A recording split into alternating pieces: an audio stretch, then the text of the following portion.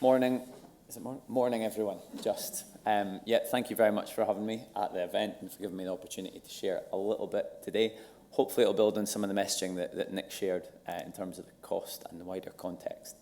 So just wanted to give you a little bit of an overview, hopefully without boring you too much, of the regulatory landscape for the UK when we're talking about decommissioning, the role of the NSTA in that, and some of the challenges and opportunities that we see. So the usual, got to start a slide deck with a company or organisation blurb, don't you? So the NSTA was formed in around 2015 as the OGA, the Oil and Gas Authority. But like every company that had oil in the name, around about 2018, 2019, we did an obligatory name change to the North Sea Transition Authority. And initially we were tasked with looking at maximising economic recovery, or MER, from the basin. Over the last 5-6 years, that strategy has developed, and now, as you see on screen, it's a combination of still maximising recovery through energy production and security, also looking at ways that we can accelerate the transition into new energies, and cost-effective decommissioning comes under that banner, if you like, and also the goal of emissions reduction in terms of the net zero target for 2050. So playing a key role in all those spaces.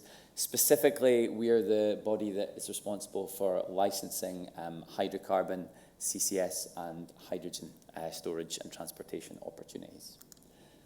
So what do we do in decommissioning? Well, it's complicated, and I've got another slide to show you that it's complicated, but like most policy and legislation, I think we're aware that's the name of the game at times with the complications.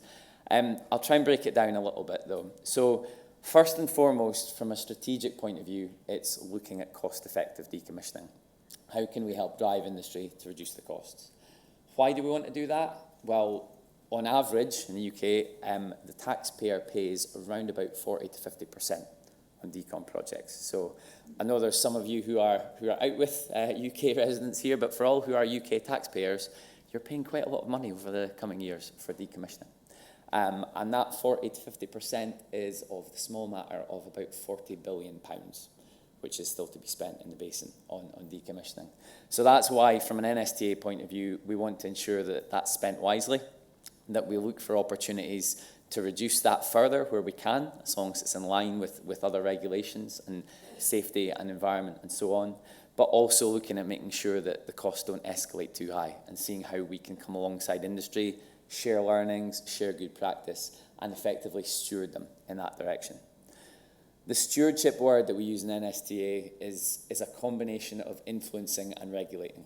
So the influencing is what we can do by asking them nicely, or asking them very nicely, or trying to push them a bit more where they don't respond to being asked nicely, and also where we can share information. We're very fortunate in NSTA, we've got a huge data repository. We've also got an annual survey that we conduct. So we get a lot of information from industry, and it's our responsibility to sort of package that up and feed that back in a meaningful way that helps people with the planning and executing of decommissioning. That can include tools like the chart on the right-hand side that shows sort of good practice for planning decommissioning, and also tools that are heavy on the data, the bottom left there, where we've got projects that are coming up, data visibility for wells, so on and so forth. So that's how we do a lot of the influencing piece. The regulatory piece, NSTA aren't the primary regulator for decommissioning. That sits with OPRED, who I think you've heard mentioned several times today and many in the room will be aware of.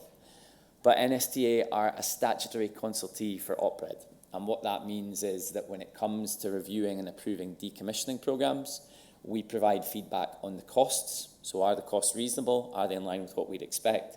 Have the operator or licensee looked at the different opportunities available?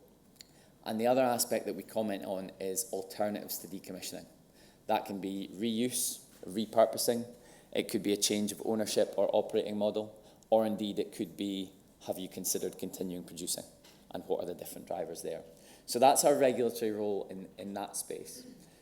For the wells, plugging and abandonment of wells, as I think Nick alluded to in some of his slides, accounts for around 50% of overall decom costs. And in the well space, NSTA are the primary regulator. So we have a consenting regime and guidance in place that when people come to their wells being inactive and looking to decommission those, there's guidance in place that they need to follow to adhere to that to make sure it is done effectively.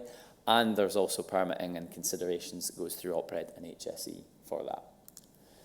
So in terms of the regulatory piece, I've stolen this slide from a website called the Decom Reg Hub, which was set up a number of years ago, and I was going to say it's fallen into disrepair. I don't think it's been maintained very well, but I've taken this image because I've seen others do the same, so it must still be applicable. And in my view, I think it's a good high-level approach to see who are the different regulators in the decom space and what do they do. So as I said, from NSTA, we're involved with industry throughout the decom process, looking at the stewarding, benchmarking of data, sharing of learnings. You'll see the other ones listed there. HSE, primarily in terms of safety cases and considerations and inspections. OPRED in terms of the decommissioning programs that we contribute to, and environmental permitting.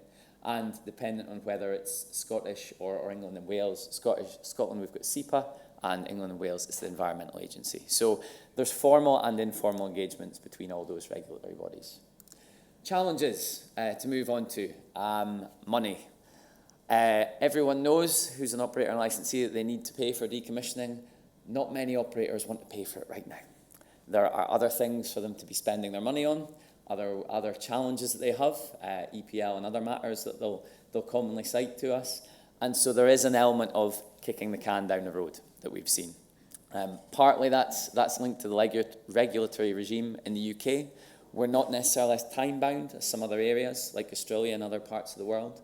That has its benefits when it comes to optimising scope and campaigning and doing things that are considerate and are good ways of saving money and being cost efficient. But then when it comes to really wanting people to get stuff done, it can have its downsides. I've never used the analogy carrots and sticks before I joined NSTA, but we talk about it a lot. What carrots can you give operators? What sticks can you use in terms of regulatory powers? There's a lot of complexity there. I think we do a good job with the carrots and the sticks, depending on what operator or who in industry you speak to. They might think we do too much of one or not enough of the other. So that's something that we look at going forward and how we can assist. I guess this was what the Adobe library had for pulling in different directions, but that can be different regulators having different drivers. I think a lot of the great talks we've heard over the last couple of days, one of the questions that comes up is, can you have cost efficiency and have environmental benefit? Where are the trade-offs? Where does one trump the other? Where can they work together? I guess from my background in industry, safety tends to be a non-negotiable, but when you look at some of the opportunities and the challenges, the environmental and the cost balance is very, very difficult to strike. The opportunities, we can all work together to form this beautiful cartoon light bulb, but there is opportunity both for regulators, also for the supply chain and operators to work together with their peers and as joint efforts. And we're trying to do a lot of that, particularly in the well P&A space at the moment, where we've identified the challenges in the current rig market and trying to say how can the work be scheduled, how can it be tackled in a way that factors in what is there and also means that we're not going to have well work in particular keep getting deferred and moving to the right more than we want it to. And the legislation piece here, I didn't know whether to put that in the challenges line or the opportunities. I think the reality is it's probably a bit of both. There's potential for new legislation. I think as most people know, that doesn't tend to happen fast. There's complexities with existing legislation, but there are ways that we can use the rules and guidance in place to move things forward and to work effectively in that space. So the final slide I had probably recaps a few of the points before, but there is a lot of great work that's been done in the UK and beyond. But in the UK, we are a mature basin for decommissioning. We've got a lot of expertise that is desired abroad. There's a lot of technology and good practice and a lot of people doing the right thing in terms of compliance and regulations. It's also an enabler from a decommissioning point of view for energy transition. A lot of wells can be reused for CCS applications, infrastructure reuse and repurposing. This has been touched on by some of the other presenters, particularly from a pipelines and trunk lines point of view. And the reality is that although that's a lot of money to spend, over 20 billion, probably about 24 billion in the coming decade, there's the opportunity of UK companies and commitments playing a key role in that. The challenges on the right-hand side, I think I've touched on. It is a complex regulatory regime with fiscal challenges. There's operators leaving the basin if they don't have the same interest either in terms of their oil and gas or future developments, and that itself could have a knock-on challenge in terms of post-decom liabilities and what the government or the taxpayer might have to pick up. There's contractual difficulties that always come to light. Can we do things differently in that space so that there's more of a share and less of a sort of master-slave relationship in some of those contracts? The cost impact of derogations, as I touched on, a very topical one that we're involved with and we work closely with Opred on.